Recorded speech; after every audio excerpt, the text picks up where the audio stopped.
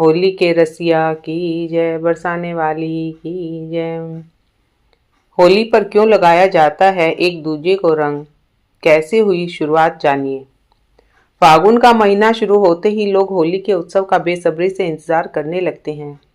रंगों का यह पर्व प्रेम का प्रतीक माना जाता है और इस दिन धरती से लेकर आकाश तक रंगों की बौछार दिखाई देती है। रंगों का यह पर्व होली भगवान श्री कृष्ण से जुड़ा हुआ है। भगवान श्री कृष्ण की नगरी ब्रज में इस पर्व को बड़े हर्षोल्लास के साथ मनाया जाता है। यहाँ होली पर्व की शुरुआत 40 दिन पहले से हो जाती है। लेकिन क्या आप जानते हैं कि रंग वाली होली की शुरुआत कब हुई थी? आइए आज हम जानेंगे इस पर्व से जुड़ी पौराणिक कथा और वैज्ञानिक कारण। रंग वाली होली की शुरुआत कैसे हुई थी? पुराणों के अनुसार रंग वाली होली खेलने का संबंध भगवान श्री कृष्ण और ब्रज की किशोरी राधा रानी से है। धार्मिक मान्यताओं के अनुसार श्री कृष्ण ने ग्वालों के संग मिलकर होली खेलने की प्रथा शुरू की थी। होली खेलने की यह परंपरा सबसे पहले बरसाना से लेकर मथुरा और वृंदावन में शुरू हुई। इसके बाद से यह त्योहार के रूप में रंग वाली होली का त्योहार मनाया जाने लगा। देश ही में ही नहीं, दुनिया के कई देशों में होली का त्योहार मनाया जाता है।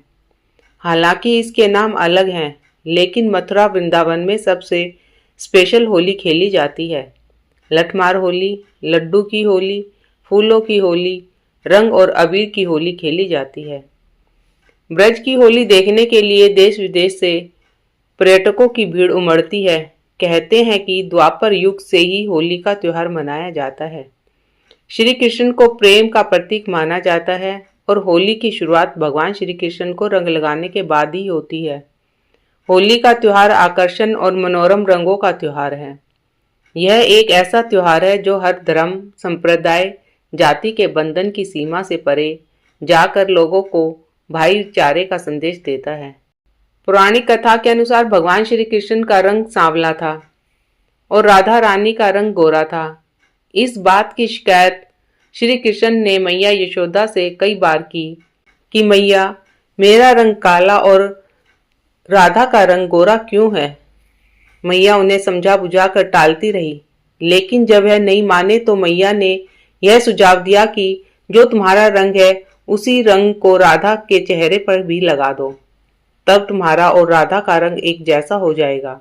नटखट कृष्ण को मैया का यह सुझाव बहुत पसंद आया। उन्होंने मित्र ग्वालों के संग मिलकर कुछ अनोखे रंग तैयार किए और बरसाने में राधा रानी को रंग लगाने पहुंच गए।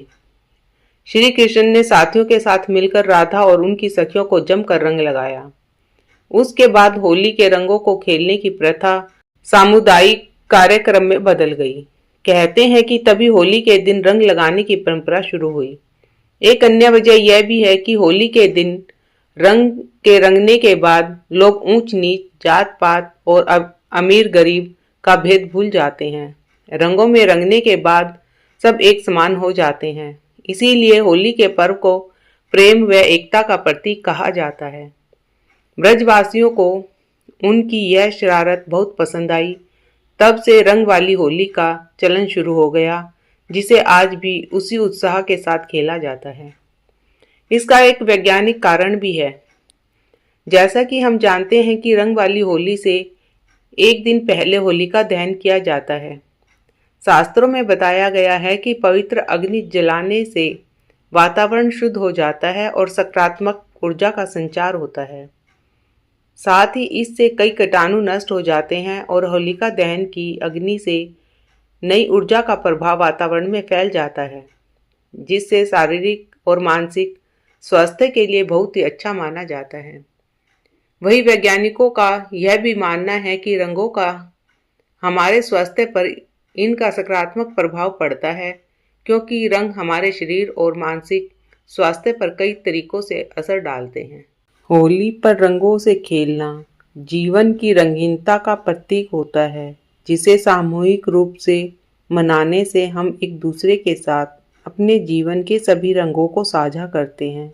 रंगों का उपयोग खुशी, उमंग और प्रेम का एक संदेश देने के लिए किया जाता है। बोलो राधे राधे, जय श्री कृष्णा, होली के रसिया की जय। होली की सबको हार्दिक शुभकामनाएं।